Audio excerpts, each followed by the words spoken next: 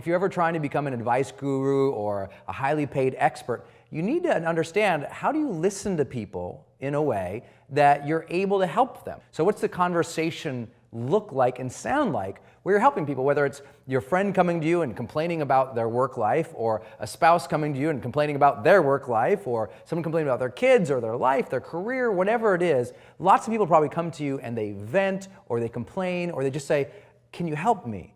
And there's a way to offer advice that really works. So I want to give you 5 keys to offering great advice. And when you get good at this, suddenly people value you more, you become more influential, and ultimately if you're an expert, an author, a speaker, a coach, seminar leader, online marketer, blogger, or a media personality, when you follow these 5 keys, suddenly you're more influential. So what's the first key? The first key to offering great advice is to be present. You know, when someone comes to you and they're venting or they're complaining or all fired up about something, so many of us, because we're so busy in our lives these days, we're distracted, right? We barely even hear them. We're thinking about, you know, what's going on in Twitter, or what's happening in Facebook, or what's happening in world affairs, and we're just not with them. You know what I mean? And so the greatest gift you can ever give to anybody who's seeking advice from you is to be present with them. I mean, to really be there, to connect with them, not to be out there or like this, but to really be there, present and focused with them. Full energy, full focus with them in the moment in which they're venting, complaining, or asking for your help. Presence is everything in giving advice. Presence is everything in teaching. Presence is everything in relationships. Presence is everything in spirituality. Being here in the moment with them, that will serve you and serve them the most. The second key to giving great advice is when someone is sharing their story with you or their struggles with you, is to acknowledge and appreciate their emotional reality. You know, if someone's really upset and frustrated, most people, especially amateurs, will say, hey, you know what, don't feel that way, or you know what, calm down, or they'll tell them how to feel. Don't feel that way. You should really think about it this way. No. Instead, listen to how they really feel and acknowledge it and say, man, I can tell you're really upset about that. Or, gosh, I'm sorry you feel that way. Or really acknowledge how they're feeling. Don't try and discount it. And be really present enough to figure out what emotion do they really feel. You know, you really sound frustrated about this, or you really seem like you're upset. Do you feel like confused about this right now? To really try and figure out and root out that emotion, but to acknowledge it and appreciate it, not trying to immediately transform it. Your job is not to immediately break their state. I don't believe that. I think it's first to acknowledge and understand where their emotional reality is before you ultimately try and make them feel better. Make sense? The third key is to ask intelligent questions. And asking questions and giving advice is really important, because, you know, what most people will try and do is they'll ask the wrong type of question. See, most people, if I'm the person who's listening to somebody, I will ask the type of question that helps me understand their situation better. That's what amateurs do. Professional life coaches, professional businesses, people who really give advice for a living, experts, advice gurus, if you will, those folks don't ask the questions where they're trying to figure out that person's situation better. They're asking questions that help that person figure out their own situation better. See, it's not about me, the guru or the expert, understanding their situation in total. It's about me asking questions that help them understand their situation more. So asking clarifying questions, not so I get it, but so they talk through it more. Asking them questions that engage and pull out more emotion so they can root through and figure out, how do they really feel about this? How do they really think about this? Asking those types of questions in a Socratic method, where you're asking questions to elicit their own perspectives, is what serves them the most.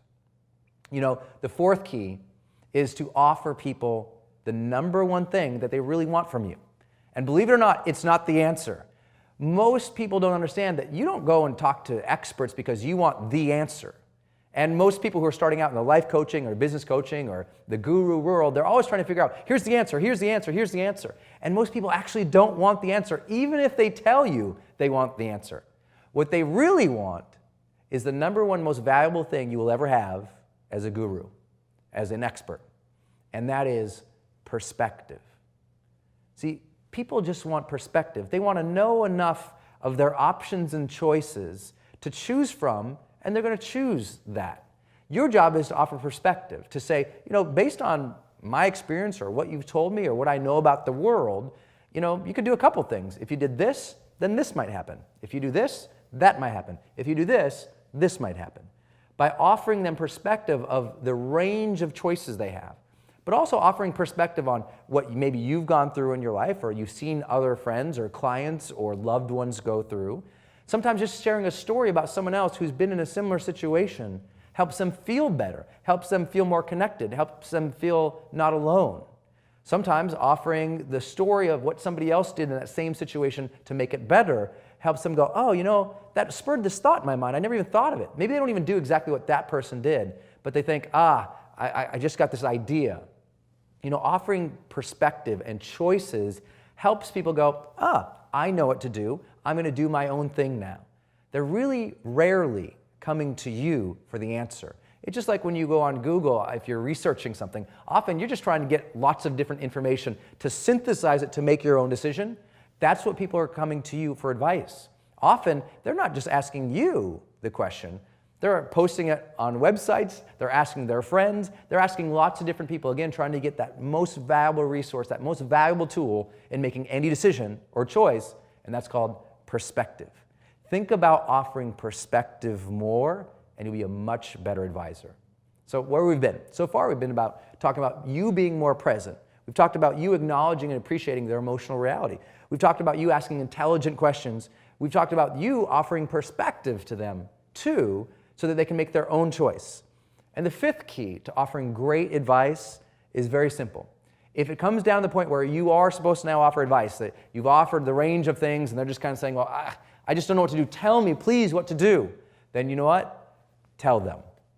Just say, hey, you know what? From my own perspective, my own experience, here's what you need to do. Do this. Don't do that. Take this action. Start this now. And give the directive from a place of confidence. Give them a solution in your own mind. Frame it that way. In my own opinion, let me tell you, here's what I would do. And lay it out boldly, not strongly, not cocky, not in a manner of it's pushy, but be directive about it. Say, hey man, you need to do this. Here's what I would do.